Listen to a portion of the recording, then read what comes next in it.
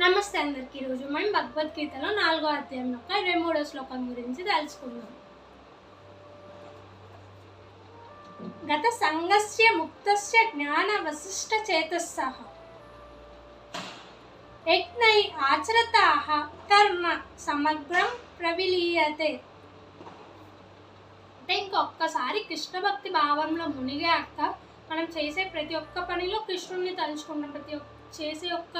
ప్రతి ఒక్కటి కృష్ణుడికి సమర్పించేలా చేస్తాం. ఇంకా మనం ఈ చేసే ఈ కర్మ వల్ల, ఈ పని వల్ల కృష్ణుడు సంతుష్టపడుతున్నాడా లేదా అని కూడా ఆలోచిస్తారట. అంటే ఇలాంటి వాళ్ళని మనం దేవాలయాల్లో వాటిలో చూస్తూ ఉంటాం. అంటే పూజారులాగాను అలా చూస్తూ ఉంటాము. అంటే వాళ్ళు ప్యూర్ హార్ట్తో కల్మషం లేకుండా ఉంటారు. అలాంటి వాళ్ళ వల్ల చుట్టూ ఉన్న వాళ్ళకు కూడా మంచి జరుగుతుందంట.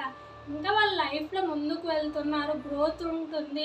అవన్నీ వాళ్ళకు కూడా అర్థమైపోతుంది, చుట్టూ ఉన్న వాళ్ళకు కూడా అర్థమైపోతుంది వాళ్ళు ఎంత పాజిటివ్ ఎనర్జీతో ఉన్నారు అని చెప్పి.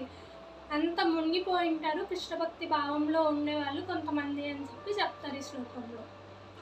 హరే కృష్ణ.